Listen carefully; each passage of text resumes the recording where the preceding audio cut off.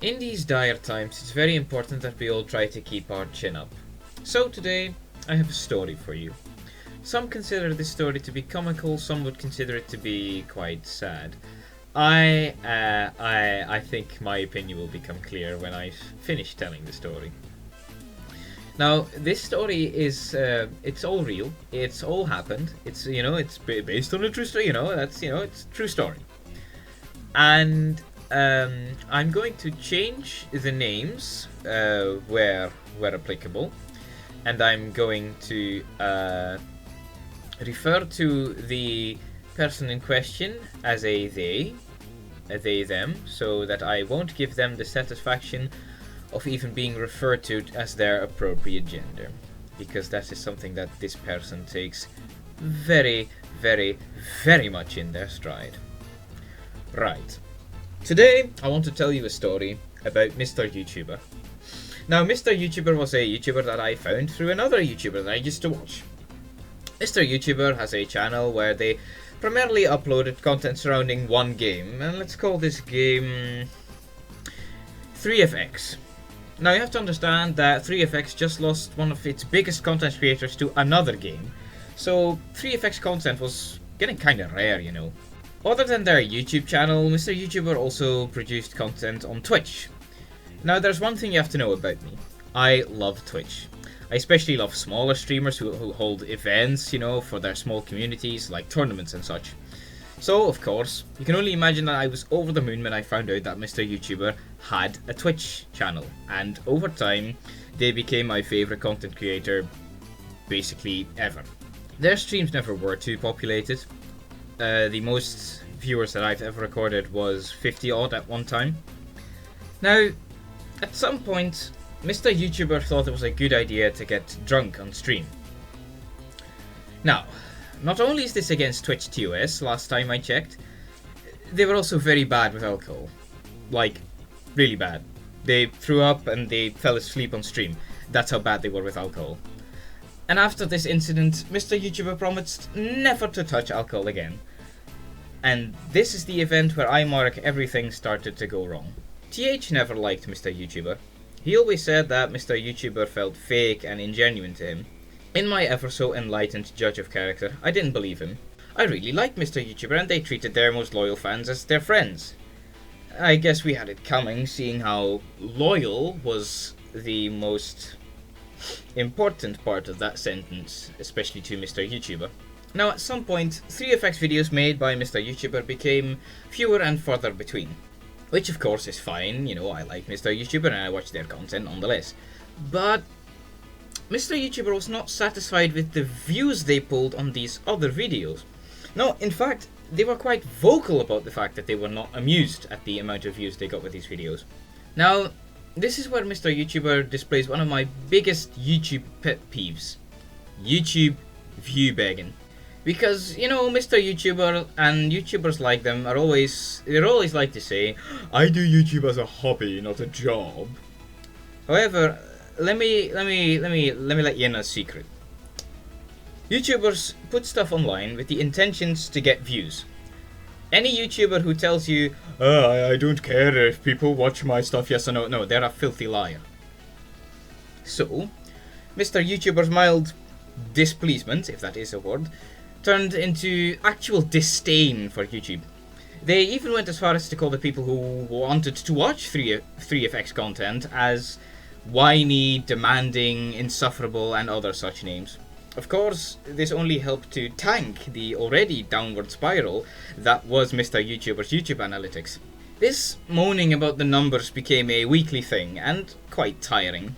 But Mr. YouTuber has ass lickers who even now would still eat his ass if they ever so much as felt sad. So Mr. YouTuber started becoming quite authoritarian as a compensation for people calling them out. Mr. YouTuber started wiping the chat of their Discord server when negative criticism was as much as hinted at. And Scotsman here, he has a lot of patience. But I don't have patience for authoritarian self-righteous crybabies.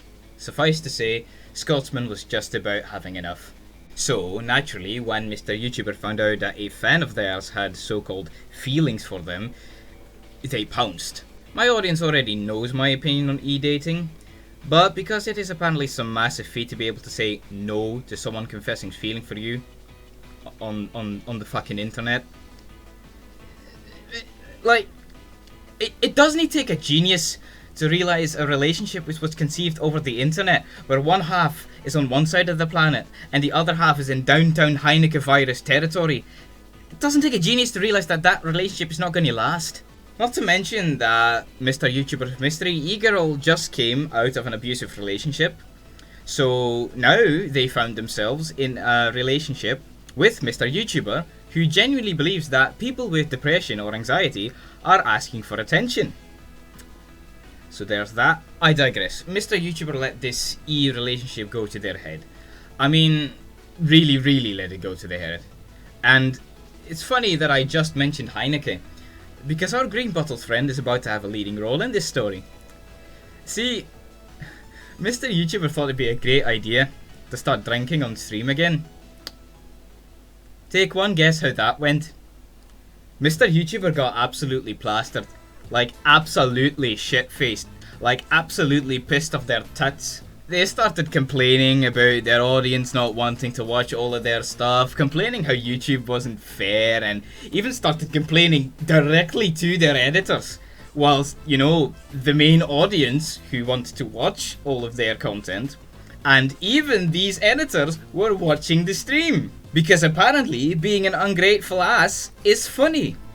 And when their mystery e-girl tried to call them, Mr. YouTuber thought, you know, he showed that they're a bit of a badass, and just look at the phone, see that it's the e-girl, and just toss it away. Oh man, that's so badass.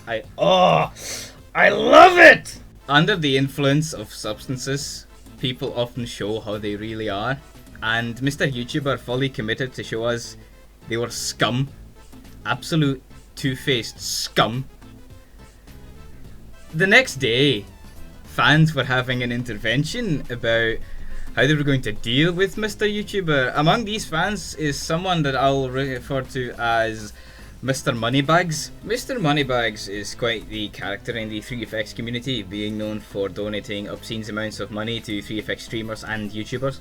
The others told me everything that Mr. YouTuber did that evening, and I was horrified, yes, but not surprised anymore, because I was at that point 100% sure that I hated Mr. YouTuber and everything they stood for. So I left the voice chat to go have dinner or something, only to come back to these same people being in the voice chat together with Mr. YouTuber. So, of course, you'd think that, you know, in such a situation, the best way to show the offending person that they are in the wrong is by staying professional. So you'd think that I'd entered the voice chat, you know, in my most professional demeanor. How do you think I entered that VC?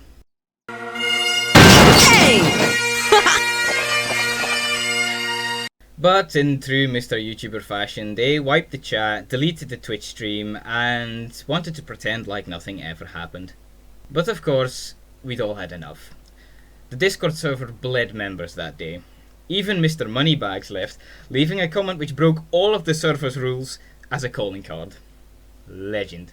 For the longest time afterwards, Mr. YouTuber played a main character in a self-fulfilling prophecy. Their streams went from 50 viewers, to 30 viewers, to 5 viewers in a matter of days. That meant that a total of 3 hours streaming resulted in only 5 people checking out the stream. How does irrelevancy taste, son? Their e-girl left them too, obviously. But of course, that was never their fault. Oh, no. It was the distance which done it. Sure, Sonny Jim, keep thinking that. Recently, a few people that left their community after that outburst of them are back in contact with them. Even Mr. Moneybags, which is sort of odd. But Mr. YouTuber still pretends like nothing ever happened, and the few times I had the displeasure of meeting them in a chat or a comment section, they try to be all buddy-buddy with us again. And according to some people, which were in the old dedicated audience, such as myself, Mr. YouTuber comes into their DMs every now and again to complain about how nobody wants to talk to them anymore. Nowadays, Mr. YouTuber is still posting videos.